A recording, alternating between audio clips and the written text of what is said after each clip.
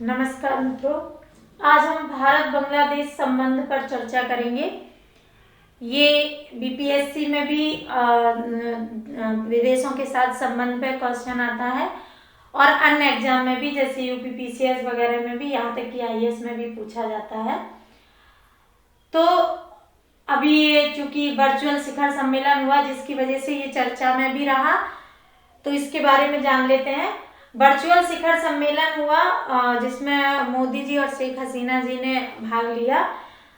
Haldibari Chilahati rail line का उद्घाटन किया गया। ये रेल लाइन लगभग 55 साल से बंद पड़ी हुई थी और इसका उद्घाटन किया गया। मोदी जी ने बांग्लादेश के साथ संबंधों को उसी तरह रखा है, क्योंकि मोदी जी का कहना है कि पड़ोसी प्रथम, उनकी नीति है पड़ोसी प्रथम की। तो पड़ोसी प्रथम की नीति में बांग्लादेश भी चूंकि हमारा सबसे निकट पड़ोसी है, तो वो भी इसी नीति के अंतर्गत आता है। मोदी जी ने इसी नीति को बढ़ाने का प्रयास किया है। शेख हसीना जी ने भी भारत को अपना सच्चा मित्र कहा। ये भारत के लिए अच्छी बात है। परिचय जान लीजिए बांग्लादेश का। तो परिचय है कि बांग्लादेश 16 दिसंबर 1971 में अस्तित्व में आया। उससे पहले ये पूर्वी पाकिस्तान हुआ करता था। जब भारत की आजादी के समय जब बंटवारा हुआ, तो पाकिस्तान दो भाग में था, पश्चिमी पाकिस्तान और पूर्वी पाकिस्तान। जो पश्चिमी पाकिस्तान था वो आज भी पाकिस्तान है, और जो पूर्वी पाकिस्तान था वो बांग्लादेश हो गया। इन्होंने मुक्ति संग्राम चलाया था, यानी कि विद्रोह हुए थे, युद्ध हुआ था, और मुक्ति संग्राम में भारत ने बांग्लादेश का साथ दिया था और बांग्लादेश मुक्त होकर एक नया देश के रूप के अस्तित्व में आया था 16 दिसंबर 1971 को। और बांग्लादेश मानता है कि भारत ने रणनीतिक सरोकार से ऊपर जाके हमारी मदद की थी, यानी कि इंसानियत भी दिखाई थी, न सिर्फ राजनीतिक तौर पे मदद की थी। आर्थिक मोर्चा के आधार पर इन दोनों में क्या संबंध है? तो दक्षिण एशिया में सबसे बड़ा व्यापारिक भागीदार है बांग्लादेश हमारा। दक्षिण एशिया में, पूरे देश में तो अमेरिका है, पूरे विश्व में तो अमेरिका है, लेकिन दक्षिण एशिया में सबसे बड़ा व्यापारिक भागीदार कौन है? बांग्लादेश। बांग्लादेश और भारत का संबंध एक तरह से एशिया में रोल मॉडल की तरह है। फिर भी थोड़ी सी एक खामी हो जाती है कि एफडीआई की जो नीतियां हैं हमारी, उसमें बांग्लादेश को पाकिस्तान की तरह ही रखा गया है। कैसे रखा गया कि यहाँ से जो भी व्यापारिक गतिविधियां होंगी वो सरकारी रास्ते के थ्रू ही होंगी, डायरेक्ट किसी कंपनी से नहीं कर सकते। तो इस चीज पर थोड़ा सा होता है कि इसको पाकिस्तान की स्थिति में न रखा जाए। बाकी ट्रांसपोर्ट के लिए तो नदियों के द्वारा, रोड से, बाय एयर और समुद्र से, सभी तरह से हम लोग आपस में ट्रांसपोर्ट आदान प्रदान करते हैं। यहाँ तक कि भारत जो बांग्लादेश का मोगला बंदरगाह है, वहां तक अपना माल भेज सकता है। एक हाइड्रोकार्बन फ्रेमवर्क पर दोनों देशों के हस्ताक्षर हुए हैं, साझा समझौता हुआ है। इसके थ्रू जैसे चिकित्सा है, प्रौद्योगिकी है, और संयुक्त अध्ययन वगैरह भी जो किसी चीज का करना है, तो उसके लिए ये हाइड्रोकार्बन फ्रेमवर्क पर दस्तखत किए हैं दोनों देशों ने।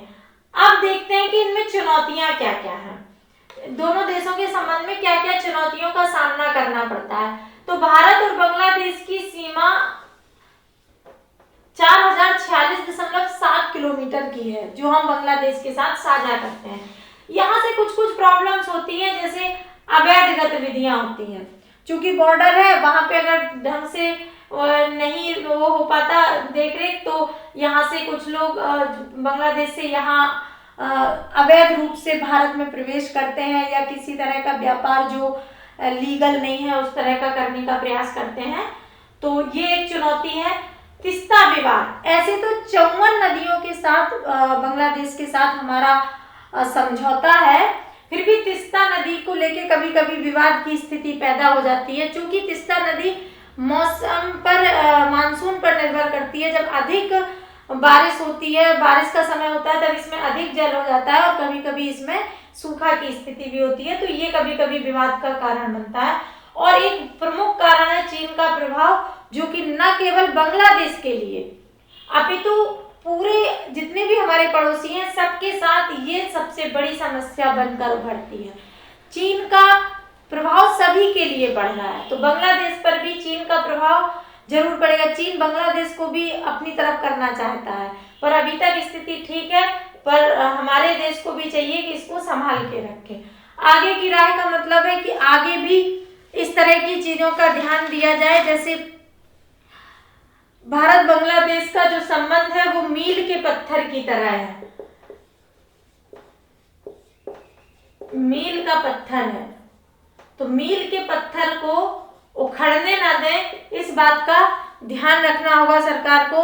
और जो जैसे जो कुछ मुद्दे अनसुलझे हैं, जैसे नदी विवाद का हो गया या कोई भी सीमा विवाद का है, तो उसे आपसी सहमति से सुलझाने का प्रयास किया जाए। और जो बाकी जो विषय हैं उन पर विस्तार से चर्चा